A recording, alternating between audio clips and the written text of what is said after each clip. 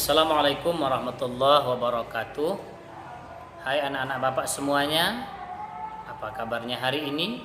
Mudah-mudahan dalam keadaan sehat walafiat dan tentunya tetap semangat dalam belajar meskipun sekarang pembelajaran masih dalam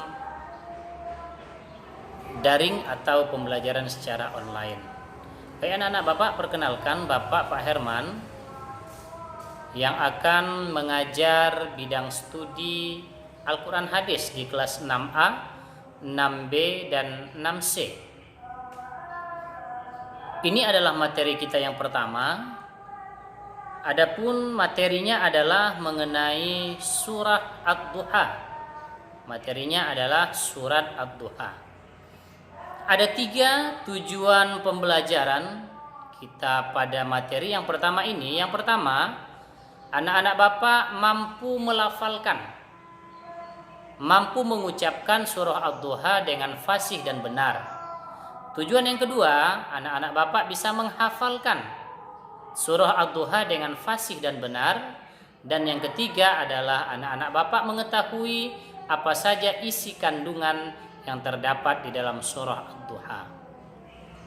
Baik, sebelum kita sama-sama belajar membaca dengan fasih dan benar surah Ad-Duha, ada beberapa hal penting yang harus kita ketahui yang berhubungan dengan surah Ad-Duha. Yang pertama, surah Ad-Duha itu termasuk digolongkan kepada surah Makkiyah. Seperti anak-anak bapak ketahui, penggolongan surah itu hanya ada 2. Yang pertama surah Makkiyah, yang kedua surah Madaniyah. Kalau surah Makkiyah yaitu surat yang diturunkan di kota Mekah atau surat yang diturunkan sebelum Nabi Muhammad hijrah ke Madinah. Kemudian yang kedua surah Madaniyah yaitu surat yang diturunkan di kota Madinah atau surat yang diturunkan setelah Nabi Muhammad hijrah ke Madinah. Jadi surah Ad-Duha ini digolongkan kepada surat Makkiyah, artinya surah Ad-Duha ini diturunkan di kota Mekah sebelum Nabi Muhammad hijrah ke Madinah. Yang kedua, surah Ad-Duha ini terdiri atas 11 ayat. Kemudian merupakan surah yang ke-93, urutan ke-93 dari 114 surat yang ada di dalam Al-Quran.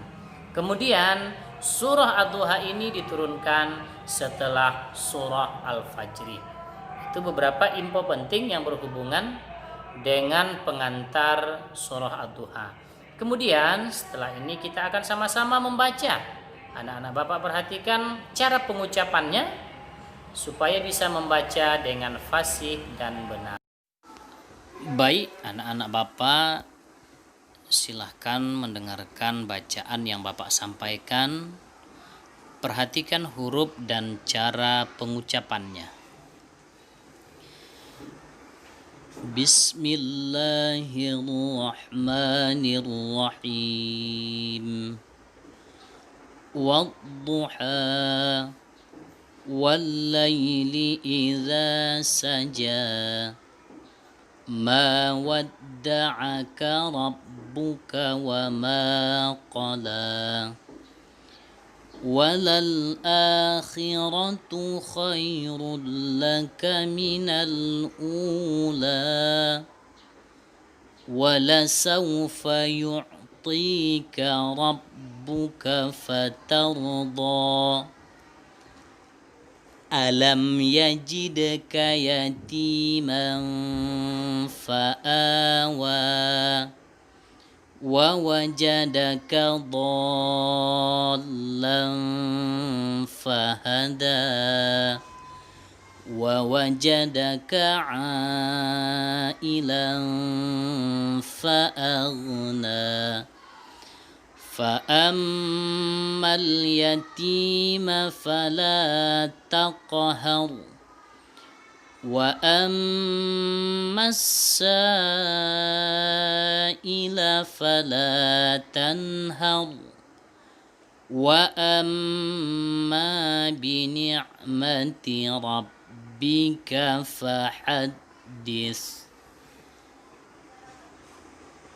Baik anak-anak Bapak, itu tadi cara kita melafalkan atau membaca surah Ad-Duha secara fasih dan benar. Kemudian yang terakhir yaitu isi kandungan surah Ad-Duha. Ada beberapa yang menjadi isi kandungan yang terdapat dalam surah Ad-Duha. Yang pertama yaitu surah Ad-Duha ini diturunkan sebagai jawaban dan tuduhan orang-orang kafir yang tidak suka kepada Nabi Muhammad, karena sudah beberapa lama tidak ada wahyu yang turun kepada Nabi Muhammad, sehingga orang-orang kafir mengatakan, "Hai Muhammad, Tuhan tidak lagi sayang kepadamu, Tuhan lagi tidak memperhatikanmu." Maka atas tuduhan orang-orang kafir itu Allah menurunkan surat Ad-Duha ini sebagai jawaban bahwasanya Allah tidak akan pernah meninggalkan hamba-hambanya yang bertakwa. Kemudian kandungan yang kedua yaitu Allah Subhanahu wa taala memberikan pengarahan kepada Nabi Muhammad dan seluruh kaum muslimin agar supaya melindungi anak yatim. Kemudian bersikap sosial, bermasyarakat dengan baik, tidak saling menyakiti orang lain. Kemudian yang ketiga, yang terakhir, isi kandungan daripada surah Ad-Duha ini adalah nikmat Allah agar selalu kita syukuri dengan tindakan nyata dalam kehidupan sehari-hari. Contohnya apa? Orang yang sholat itu adalah tanda anak-anak Bapak mensyukuri nikmat Allah. Anak-anak Bapak bersedekah, itu tandanya anak-anak Bapak mensyukuri nikmat Allah. Jadi itu adalah 3 isi kandungan yang terdapat dalam surah Ad-Duha. Anak-anak Bapak semuanya, demikianlah materi kita yang pertama ini yang mengenai surah Ad-Duha. Mudah-mudahan anak-anak Bapak dapat memahaminya, dan surah Ad-Duha ini supaya lebih melekat di dalam hati, anak-anak Bapak coba praktekkan untuk membawakannya atau membacakannya ketika sholat sunnah. Misalnya sholat sunnah tahiyatul masjid, sholat sunnah misalnya qabliyah, ba'diyah, rawatib, dan sholat sunnah yang lain. Jadi surat ini dibaca, dipraktekkan langsung di dalam sholat-sholat sunnah yang anak-anak Bapak lakukan, supaya lebih melekat hafalannya di hati anak-anak Bapak semuanya. Demikian Bapak akhiri. Assalamualaikum warahmatullahi wabarakatuh.